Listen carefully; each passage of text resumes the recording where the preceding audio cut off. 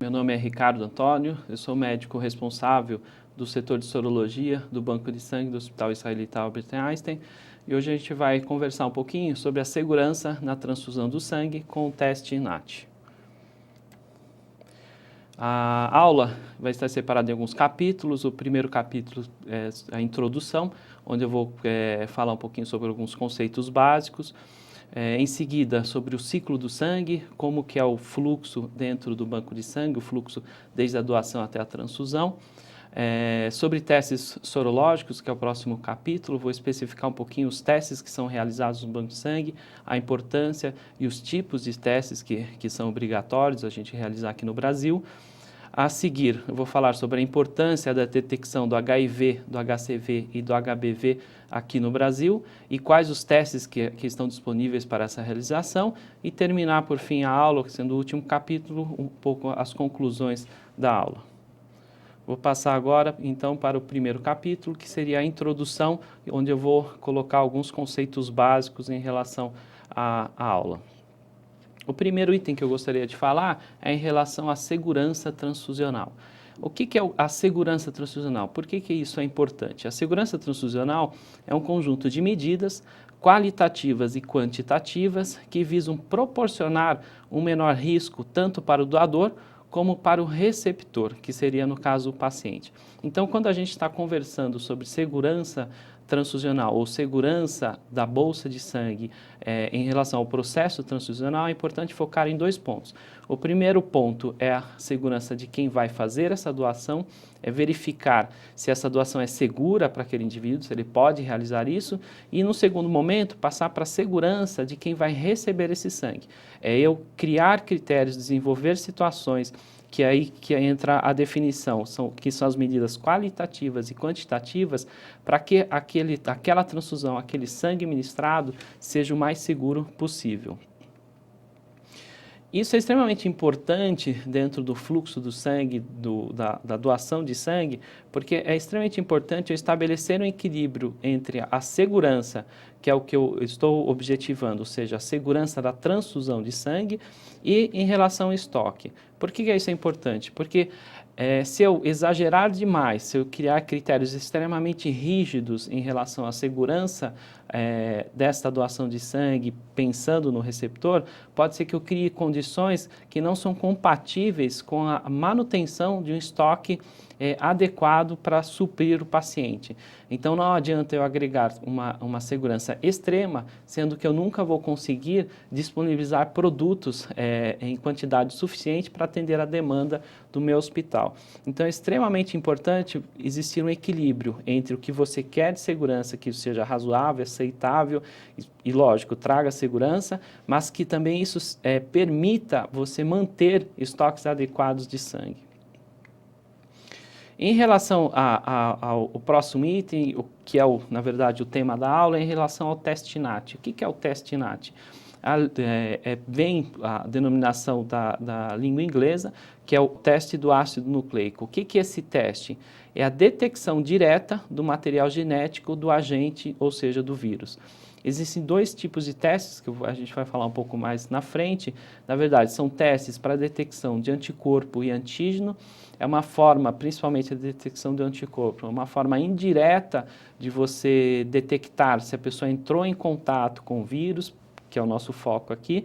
Então, a partir do momento que a pessoa entra em contato com o vírus, o nosso sistema imunológico desenvolve um anticorpo para combater aquele agente que é desconhecido, e a detecção desse anticorpo, que é específico para aquele vírus, é uma forma indireta de você verificar se a pessoa entrou em contato com aquele vírus ou, eventualmente, tem o vírus. Isso vai depender do tipo de anticorpo que está sendo desenvolvido.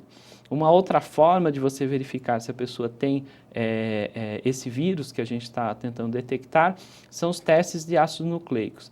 Esse teste não é uma forma indireta de verificar a presença daquele agente, mas é uma forma direta, ou seja, você vai verificar se naquele material que está sendo analisado, se existe a presença do DNA, ou do RNA do vírus que está em questão. Então, é uma forma de visualização direta e mais fidedigna, teoricamente, para você verificar se a pessoa teve contato ou está, na verdade, contém aquele vírus no organismo. Agora a gente vai fazer um breve intervalo e vamos para o próximo capítulo, que seria o ciclo do sangue.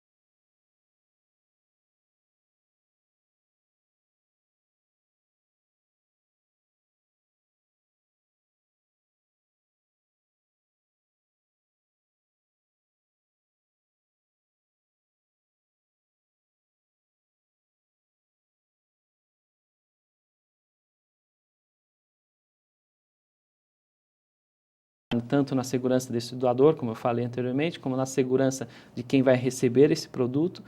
E essa etapa de coleta ela é importante porque são feitas uma série de questões, além de medidas e sinais vitais, temperatura, frequência cardíaca, entre outras, para avaliar as condições desse doador. Uma vez passada essa etapa de triagem, ele está em condições, não tem condições epidemiológicas de risco ou situações que comprometam ou ofereçam risco tanto para o doador como para o paciente, esse produto vai ser disponibilizado por estoque, na verdade por um pré-estoque, onde vão ser realizados testes tanto imunohematológicos, que é a avaliação do ABO, basicamente, do IRH e a pesquisa de alguns anticorpos, e fundamentalmente a sorologia, que é o nosso foco, onde vai fechar essa doação. Então, a junção de todas essas etapas com a finalização dos testes, e no nosso caso, os testes sorológicos, vão permitir a liberação dessa bolsa para o nosso estoque e a disponibilização para o uso. E aqui, essa etapa, na verdade, de segurança da liberação do sangue, ela fecha e a gente passa para uma segunda etapa, que é o processo transfusional. O processo transfusional, eu coloco aqui, que ele engloba todo o processo, desde a solicitação da transfusão até a execução, a instalação dessa bolsa no paciente. Então, esse aqui seria um outro ponto de você interferir, atuar para garantir a segurança transfusional. Mas o nosso foco hoje é em relação à realização de testes sorológicos e a segurança e a liberação dessa bolsa. E agora, um breve momento para a gente partir para a descrição dos testes sorológicos.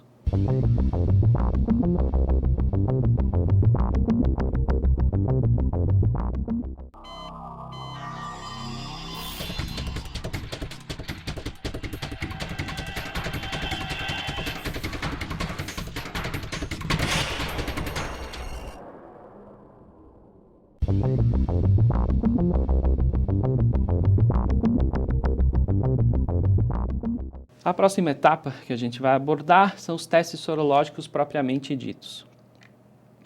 Então, a gente tem quais os tipos de testes sorológicos que são realizados no banco de sangue. Então, como eu falei, existem basicamente dois grupos: os testes sorológicos que permitem a detecção de anticorpo ou de antígeno. Quando a gente fala do anticorpo, então a gente está vendo se o organismo desenvolveu algo contra aquele vírus que a gente está procurando. No caso do nosso foco é o vírus da hepatite B, hepatite C ou HIV. E basicamente é uma reação que a gente chama, que tradicionalmente foi desenvolvida, que é o teste ELISA. Hoje a gente tem a quimiluminescência, mas basicamente é uma reação de anticorpo e antígeno. Então, eu crio condições que eu vou para detectar a presença daquele anticorpo ou daquele antígeno. Isso gera uma reação, ou seja, uma junção desse antígeno, uma ligação desse antígeno com o anticorpo.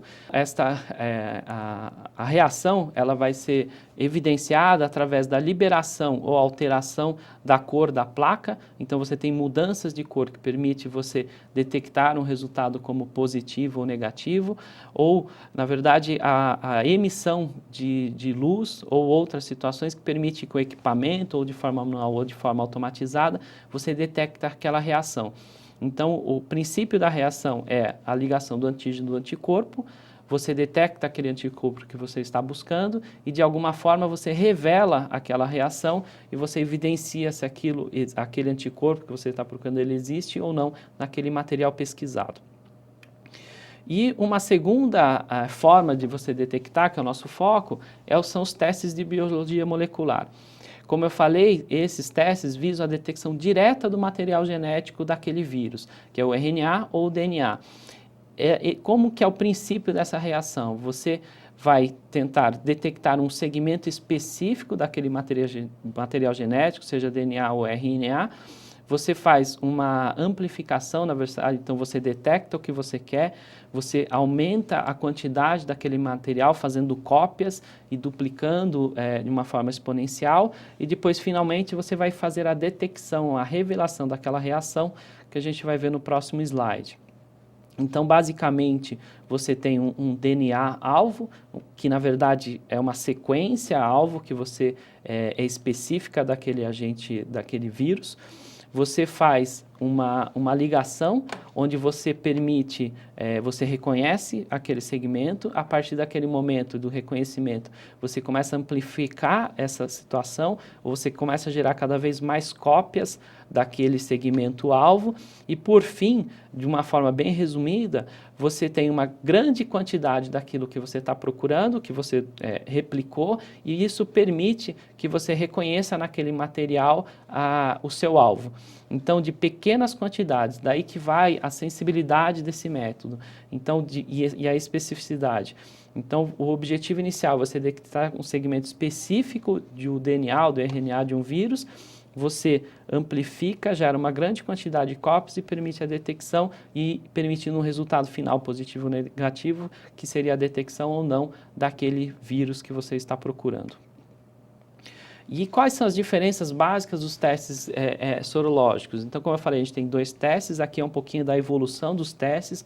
Então, no passado, eram usados marcadores indiretos, que não eram reações, e como a detecção das enzimas hepáticas, para indiretamente você verificar se o paciente tinha, o doador tinha alguma doença, e dessa forma inferir que ele pudesse ter hepatite e bloquear essa doação. Passando para testes de anticorpos ou de antígenos, então você passa para a detecção indireta, verifica se naquela amostra tem anticorpo contra as patologias, então contra o vírus do HIV, da hepatite B, da hepatite C. Passa para a detecção de partes daquele vírus, que na verdade são os antígenos específicos daqueles vírus, e por fim a detecção do RNA e do DNA, que seria o teste mais conhecido como NAT, que permite a detecção tanto do HIV1 ou 2, do HCV e da hepatite B ou outros vírus que você achar necessário que tem o teste disponível. Aqui é um pouco, é importante a gente entender a evolução do risco transfusional com a evolução dos testes. É um gráfico que evidencia muito bem isso. Aqui a gente tem o risco de você pegar determinada patologia, aqui um risco alto, evoluindo para um risco menor, e aqui evolução ao longo dos anos, com a introdução de novos testes e essa evolução que eu acabei de sinalizar, que é dos marcadores indiretos para detecção de anticorpos, detecção combinada de anticorpos e antígenos, testes por biologia molecular. Então, a gente, ao longo dos anos, evidencia uma queda no risco de você receber, através de uma transfusão, o vírus da hepatite C, da hepatite B e do HIV. No próximo slide a gente tem um pouco mais claro, então a queda do risco transfusional relacionado tanto à hepatite B como à hepatite C e o HIV. E hoje a gente tem um risco bem reduzido com o desenvolvimento da técnica da biologia molecular ou do teste NAT. E o que a gente deve fazer de testes sorológicos numa doação de sangue? A gente tem uma portaria no Ministério da Saúde recente desse ano, que ela publica e determina quais são os testes mínimos e obrigatórios que a gente deve fazer para poder liberar uma bolsa de sangue. Aqui é de forma resumida, mas relata que esses testes na doação de sangue para triagem de doador devem ser testes de alta sensibilidade e obrigatoriamente a gente deve testar a bolsa para pesquisa para sífilis, para chagas, para hepatite B, hepatite C, HIV e HTLV 1 e 2. Esses são os testes obrigatórios e a portaria sinaliza e coloca quais os tipos de testes que a gente deve realizar para cada patologia. Em relação aos testes de biologia molecular, hoje ela não coloca como obrigatório, mas ela cita que no caso da incorporação de testes de biologia molecular, tanto para HIV, hepatite B ou hepatite C, esses testes podem ser adicionados, mas devem ser testes adicionais aos testes sorológicos obrigatórios. Então, ela não coloca como obrigatório, mas cita esses testes hoje e se realizados, o que fica muito claro é que eles são sempre testes adicionais aos testes sorológicos obrigatórios. Em relação à legislação americana, alguns bancos de sangue no Brasil, eles procuram algumas acreditações, e tem uma acreditação que é a ABB, que é a Associação Americana de Banco de Sangue, que serviços acreditados por essa instituição são, na verdade, se vê obrigatória a detecção do RNA do HIV e do HCV. Então, serviços que têm essa acreditação, apesar da legislação brasileira não tornar obrigatória a sorologia pelo NAT, para quem tem essa acreditação, é obrigatório fazer a triagem para o HIV e para o HCV com o teste de biologia molecular. E, novamente, um breve intervalo para a gente seguir para o próximo capítulo.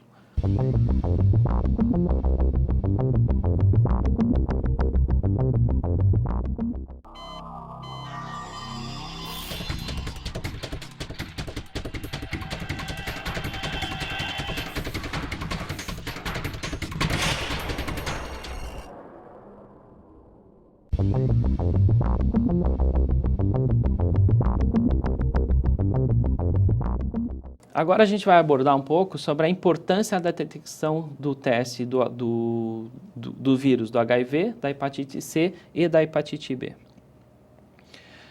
O que é importante a gente saber quando a gente está procurando ou vendo a importância da detecção de alguns agentes é, lógico, a epidemiologia local, a epidemiologia mundial e a prevalência ou a incidência dessas patologias. Então, eu coloquei aqui só para reforçar que na literatura, na verdade, são dados da Organização Mundial de Saúde, a gente nota, na verdade, encontra que por ano existem em torno de 57 milhões de óbitos por doenças infecciosas. Isso representa cerca de 25% das causas de óbitos no mundo por ano. Então aqui, se a gente observar, na verdade é uma fatia grande, praticamente 1/4 das causas de óbitos são por doenças infecciosas.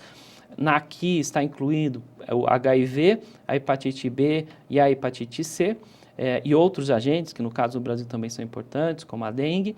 Mas isso é importante a gente relatar, porque é isso que traz, e na verdade evidencia a grande importância da gente triar essas patologias no doador de sangue. Lógico, não basta só a epidemiologia, existe uma série de outras situações que são analisadas em conjunto para ver a necessidade dessa triagem e o conceito básico é que essa doença tem que ser transmissível por transfusão, porque o objetivo é a transfusão de sangue, a segurança transfusional. Então, a epidemiologia, mais toda a parte científica, evidencia a importância da gente triar essas 3 patologias na doação de sangue, da hepatite B, hepatite C e o HIV. Isso sugere fortemente que se você tiver exames, testes melhores para fazer essa triagem, você, teoricamente, está agregando segurança na sua transfusão de sangue.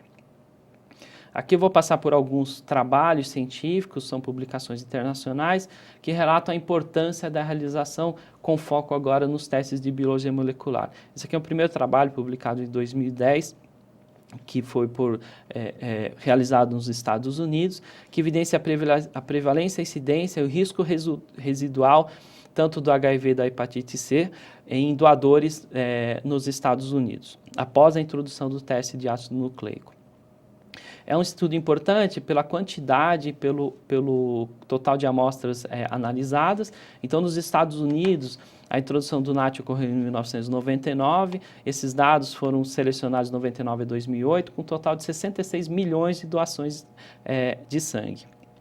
E o que foi encontrado? Nesse total foram encontradas 32 janelas de HIV e 244 janelas de HCV. O que são janelas? São doações que tiveram o teste NAT positivo e toda a sorologia negativa. Ou seja, se você não estivesse fazendo o teste por biologia molecular, essas bolsas seriam transfundidas, contaminadas por HIV e por HCV. Quando a gente parte para o cálculo das janelas imunológicas, a gente encontra um índice de HIV de 1 para 2 milhões de doações e para hepatite C ou HCV, 1 para 270 mil doações de sangue. Um segundo trabalho que foi publicado em 2011, na New England, que fala um pouco sobre o NAT versus doador de sangue e a detecção da hepatite B. Então, no caso, focou nesses 3 agentes. Então, aqui a gente tem a introdução da hepatite B, num total de quase 3 milhões e 700 mil doações em 2008. E o que esse trabalho encontrou? Essa aqui é a tabela dos resultados, a gente vai focar um pouquinho nesse resultado aqui intermediário. A primeira linha, a gente tem o total de bolsas testadas, na verdade, onde tanto o teste sorológico como o teste por ácido nucleico foi positivo. Na última linha, a gente tem a situação onde só o teste sorológico foi positivo e os testes por biologia molecular foram negativos. E o nosso foco aqui a situação onde eu tive o teste por biologia molecular positivo e os sorológicos negativos, que é o que a gente chama de janela. No caso da hepatite B, a gente encontrou 9 casos nesse trabalho, com um índice de janela em torno de 1 para 400 mil bolsas. Para HIV, 2 casos, então um índice de 1 para quase 2 milhões de bolsas, e para HCV 15 casos, trazendo índice de 1 para cada 250 mil bolsas. Então, teoricamente, esse é o risco que a gente tem de transmitir essas patologias por transfusão, no caso se você não fizer os testes de biologia molecular, só fizer os testes sorológicos. O que é importante frisar aqui é que tem situações onde o teste sorológico é positivo, então ele pode só relatar situações de cicatriz sorológica. Então, um indivíduo, por exemplo, que teve hepatite B no passado, ele tem uma sorologia positiva, mas o teste de biologia molecular naturalmente é negativo. Mas por quê? Porque é uma situação onde não tem, teoricamente, mais o vírus presente circulante, você entrou em contato, curou a doença e desenvolveu os anticorpos da cura. Mas o que é importante é salientar que existem situações onde o NAT vai ser positivo, a sorologia negativa, que são as situações onde você tem viremia, mas o seu organismo não tem o anticorpo, e a situação contrária, onde você tem a presença do anticorpo, que é importante para você selecionar aquela bolsa de sangue, mas não tem a presença do vírus como RNA ou DNA, e naturalmente o teste de biologia molecular pode ser negativo.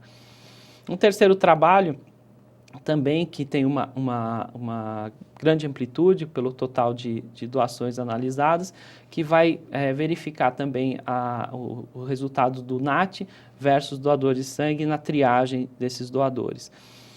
Então, aqui, ele compara, isso é importante para a gente ter a noção, as 3 patologias novamente, as janelas para hepatite B, hepatite C e HIV, e a redução da janela imunológica. O que é a redução? Seria a comparação, o tempo que eu demoro para detectar esta patologia, uma vez o indivíduo com a doença, o tempo que eu demoro para detectar ela, só fazendo testes para a detecção de anticorpo ou antígeno, ou fazendo testes por biologia molecular. Qual é o ganho em dias nessa janela que eu tenho diferenciando esses dois testes? Então, quando a gente olha para o HIV, então a introdução do teste NAT por biologia molecular reduz em 10 a 15 dias o tempo que eu levaria para detectar esse vírus pelo anticorpo. Então, de 22 dias, que seria a janela só por testes por anticorpos, eu caio em 10 a 15 dias, ficando em torno de 10 dias essa janela, ou às vezes menos. Para a hepatite C, eu teria uma janela de 82 dias entre a contaminação e a detecção do anticorpo. Quando eu faço a detecção por biologia molecular, eu tenho uma redução de 41 a 60 dias em relação a esses 82 dias. Então, chegando até a 20 dias, 21 dias. Para a hepatite B, uma janela de anticorpo em torno de 56 dias, então o tempo entre a contaminação e a detecção do anticorpo, e a introdução do NAT com a redução de 6 a 15 dias. Essa redução, no caso da hepatite B, ela é menor, em decorrência da própria biologia, da cinética de proliferação desse vírus. Então, alguns dados no Brasil que são importantes, ainda não publicados, que foram fornecidos para essa aula. Então, a gente levantando amostras em bancos de sangue testadas em 2010 e 2011, em vários serviços, que estão fazendo a triagem por NAT de biologia molecular, tanto para a hepatite B, HIV1 e 2 e HCV, com um total de cerca de 200 mil amostras, o que foi encontrado? Foi encontrado no valor para HIV de uma janela de 1 para 100 mil doações, para hepatite C 1 para 200 mil doações e para hepatite B 1 para 40 mil doações. Lógico que esse período é reduzido, o total de amostras não é grande, e esses números realmente podem mudar com a ampliação dessas amostras, mas isso aqui já sinaliza uma preocupação e o nosso ambiente, o que está acontecendo. Ou seja, eu resumo, se a gente não tivesse feito nessas doações o teste de biologia molecular, em teoria a gente estaria transmitindo esse percentual, esse índice de bolsas contaminadas por hepatite B, hepatite C e HIV. Agora um breve intervalo para a gente poder finalizar a nossa aula.